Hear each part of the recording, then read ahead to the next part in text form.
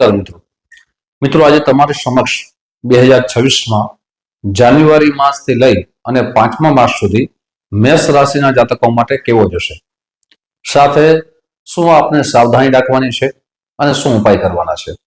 મેષ રાશિના જાતકો માટે ખાસ કરીને આ વિડીયો સંપૂર્ણ રીતે જરૂર સાંભળજો। આપના જીવનમાં આ 5 માસમાં જીવન પરિવર્તન થઈ જશે। સૌથી પહેલા તો મેષ રાશિના જાતકો માટે શનિ ભગવાનની પનોતી ચાલુ છે, જે પનોતી આપના જીવનમાં મોટી અસર કરે છે। મિત્રો જે પણ ચર્ચા કરીએ છીએ એ ચંદ્ર રાશિના આધાર ઉપર કરીએ છીએ। સાથે ઘણા બધા મિત્રોના અમને કોલ આવે છે, SMS આવે છે કે અમારે રાશિ બતાવી છે। મિત્રો રાશિ છે એ જન્મ કુંડળીનો એક ભાગ છે। જ્યારે જન્મ કુંડળીનું નિરીક્ષણ કરીએ ત્યારે એ વ્યક્તિનું સાચું માર્ગદર્શન આપી શકીએ છીએ। રાશિ કેવલ ગુણધર્મો બતાવે છે, તેના અમુક પાઠ બતાવે છે, પણ જ્યારે જન્મ કુંડળી બતાવો ત્યારે તમારા જીવનની જે પણ સમસ્યાઓ હોય એના શાસ્ત્રોક્ત અને સરળ આપ ઉપાય જાણી શકો છો। એટલે રાશિ કરતા જન્મ કુંડળી બતાવવી ખૂબ જરૂરી હોય છે। ઘણી વખત એવું પણ બને કે જન્મ કુંડળીના ગ્રહો અશુભ સ્થિતિમાં હોય અને જે વર્તમાનના ગ્રહો હોય, ગોચર ગ્રહો હોય એ સારી સ્થિતિમાં હોય, તો જે ફળ મળવું જોઈએ એટલું ફળ ઉત્તમ મળતું નથી। પણ જન્મકુંડળીના ગ્રહો પણ શુભ સ્થિતિમાં હોય અને વર્તમાનના ગ્રહો પણ શુભ સ્થિતિમાં હોય, મહાદશા શુભ સ્થિતિમાં હોય તો એ જાતક એમના જીવનમાં ઉત્તમ ફળની પ્રાપ્તિ કરે છે। જે પણ ચર્ચા કરી ચંદ્ર રાશિના આધાર ઉપર કરીએ છીએ, એટલે આપની જન્મ કુંડળી સારા જ્યોતિષ આચાર્યને બતાવવી જોઈએ જો આપને એ ફળ મળતું ન હોય તો। હવે વાત કરશું આપણે ખાસ કરીને 5 મહિનાના ગ્રહોની સ્થિતિનું સંશોધન કરી અને દરેક ચર્ચા કરીએ છીએ। જે મેષ રાશિના જાતકો માટે સારો સમય, શુભ સમય ક્યારથી ચાલુ થવાનો છે, તો 11 માર્ચથી લઈ અને મે માસ પૂર્ણ સુધી આપનો શુભ સમય આવી રહ્યો છે। જે શુભ સમયની અંદર આપના કેટલા કાર્યો થવાના છે એ પણ ચર્ચા કરીએ। સૌથી પહેલા આપ નોકરી કરો છો, એ નોકરીની અંદર આપની પાછળ કોઈ પણ વ્યક્તિ રાજનીતિ રમતું હશે અને આપને સફળ થવામાં એ જે પ્રયાસ કરતો કે અસફળ થાય તેના માટે સારો સમય છે। તેની રાજનીતિ સફળ નહીં થાય, આપ સફળ થશો। સાથે આપના કાર્યથી આપના બોસ જે પેલા પ્રસન્ન થતા ન હતા એ હવે પ્રસન્ન થશે। એટલે એમ કહી શકાય તેમનો તમારો તાલમેલ સારો મળશે। આપને નોકરીમાં પ્રમોશન અને પદની ઉન્નતિ થવાનો આ સારો સમય છે। આપ બિઝનેસ કરો છો તો બિઝનેસમાં ખૂબ મહેનત કરી પણ પરિણામ શૂન્ય, તો હવે એ શૂન્ય છે એ પરિણામ 100,000 ગણું પ્રાપ્ત થશે। આપે જે બિઝનેસમાં પૈસા લગાડ્યા, સમય આપ્યો, છતાં એ ફળ ન મળ્યું, પણ 11 માર્ચથી તમારા બિઝનેસમાં ગ્રોથ વધશે। સાથે વિદ્યાર્થી બંધુઓ માટે સારો સમય છે। જે પરીક્ષાની તૈયારી કરતા હતા પણ એ પરીક્ષામાં સામાન્ય ગુણથી એ પાછળ રહી જતા હતા, એ પરીક્ષામાં સફળ થતા ન હતા, પાસ થતા ન હતા, તેના માટે પણ ખૂબ સારો સમય આવી રહ્યો છે।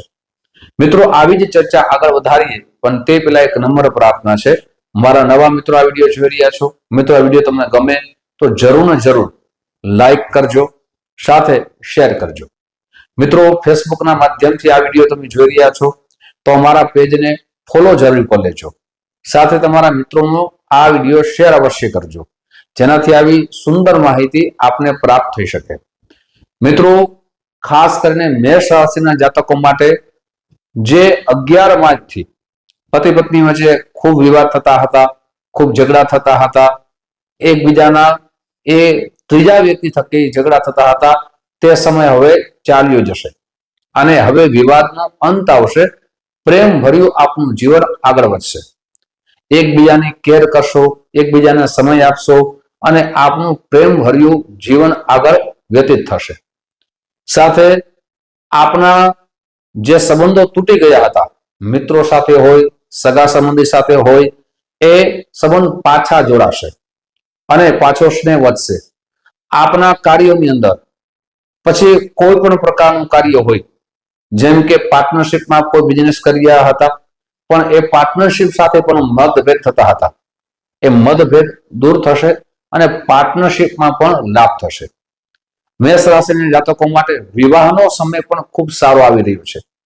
11 માર્ચ પછી આપણા માટે લગ્નમાં ખૂબ મહેનત કર્યા હતા, પણ કોઈ પણ વાતે એ લગ્નમાં સારો પ્રસ્તાવ સ્વીકાર થતો ન હતો. એ લગ્નમાં વિઘ્નો આવી જતા હતા. આપના લગ્ન પાકા થતા ન હતા. એમ કહી શકાય કે સારી જગ્યાએ માગું નાખ્યું, છોકરી ગમે છે અથવા છોકરો ગમે છે, પણ સામેથી ના આવી જાય તો આપણો પ્રસ્તાવ સ્વીકાર થયો ન કહેવાય. પણ 11 માર્ચ પછી તમારા માટે સારો સમય છે. વિવાહના પણ ઉત્તમ યોગ નિર્માણ થઈ રહ્યા છે.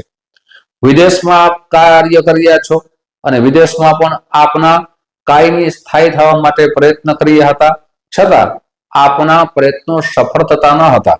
એ પ્રયાસો પણ આપના સફળ થશે. વિદેશમાં નોકરી કરો છો, પણ ત્યાં પણ જે લાભ મળવો જોઈએ, જે પ્રમોશન થવું જોઈએ, જે પદ વધવું જોઈએ, એ વધતું ન હતું. એ પદની ઉન્નતિ થશે, આપનું પ્રમોશન થશે. મિત્રો, આ તો બધી લાભની ચર્ચા કરી, પણ હવે આપને કઈ વાતની સાવધાની રાખવી ખૂબ જરૂરી છે, જેનાથી નુકસાનથી બચી શકો, આપના સંબંધો પાછા સ્થાયી થઈ શકે અને આપનું ગ્રોથ બિઝનેસમાં વધી શકે, નોકરીમાં પ્રમોશન થઈ શકે. તેના માટે આપણે કઈ સાવધાની રાખવી? સૌથી પહેલા તો આપનું ગ્રોથ વધશે તો આપના જીવનમાં અહમતા એટલે અભિમાનથી દૂર રહેવું જોઈએ, સરળતા અપનાવવી જોઈએ, ઈગોનો ત્યાગ કરવો જોઈએ, આપના ક્રોધ ઉપર ખાસ કરીને કાબુ રાખવો જોઈએ. કોઈ પણ વસ્તુ આપ જે શીખો છો એ શીખવામાં આળસ આવતી હોય તો આળસનો ત્યાગ કરવો જોઈએ. સાથે પતિ પત્ની વચ્ચે જે ઝઘડા થતા હતા એમાં ત્રીજા વ્યક્તિ ખાસ કરીને લાભ ના લઈ જાય અને આપની પત્ની ઉપર અથવા પતિ ઉપર શંકા ન થાય, એ શંકાનું થી દૂર રહેવું જોઈએ. સાથે એકબીજા પ્રત્યેનો વિશ્વાસ રાખવો જોઈએ, એટલે આપનું વિવાહિત જીવન પણ સુખી થઈ શકે. આટલી સાવધાની રાખશો તો આ 5 માસ છે તમારા માટે ઉત્તમ બનશે. સાથે આ પૈસાની લેતી કરતા હો તો પૈસામાં વિશ્વાસુ જે હોય તેને જ પૈસા આપવા જોઈએ. શેર બજારથી આપણે દૂર રહેવું જોઈએ. શેર બજારમાં પૈસાનું રોકાણ કરી રહ્યા છો તો ખૂબ વિચારી સારા વ્યક્તિની સલાહ લઈ અને પછી આગળ વધવું જોઈએ. હવે મિત્રો, ઉપાય કહું છું જેનાથી શનિ ભગવાન આપના જીવનમાં સારા ફળની પ્રાપ્તિ કરાવે. શનિ ભગવાનની આપણે ઉપાસના કરવી જોઈએ. પ્રતિ દિવસ શનિ ભગવાનનો બીજ મંત્ર છે ઓમ પ્રામ પ્રીમ પ્રોમ સહ શનિશ્ચરાય નમઃ. આ મંત્રની એક માળા કરો. મંગળવારના દિવસે અથવા શનિવારના દિવસે શનિ ભગવાન અથવા હનુમાનજી મહારાજના મંદિરે જાઓ, કેળાનો ભોગ અર્પણ કરો, મીઠાઈનો લાડુમાં ભોગ અર્પણ કરો, સાથે આકડાની માળા ભગવાનને અર્પણ કરો, તેલ અર્પણ કરો. ત્યાં જ જગ્યા હોય મંદિરમાં તો ત્યાં જ બેસી અને હનુમાન ચાલીસાના પાઠ કરો. મિત્રો, આ રીતે કરવાથી તમારા જીવનમાં પરિવર્તન ચોક્કસ આવશે. મિત્રો, આવી જ માહિતી તમારી સમક્ષ મૂકતો રહીશ. આપ જે પ્રેમ આપો છો એ પ્રેમ બદલ આપ સૌનો હૃદયથી ખૂબ ખૂબ આભાર વ્યક્ત કરું છું. ફરીથી મળશું. જય શ્રી કૃષ્ણ. મહાદેવ હર.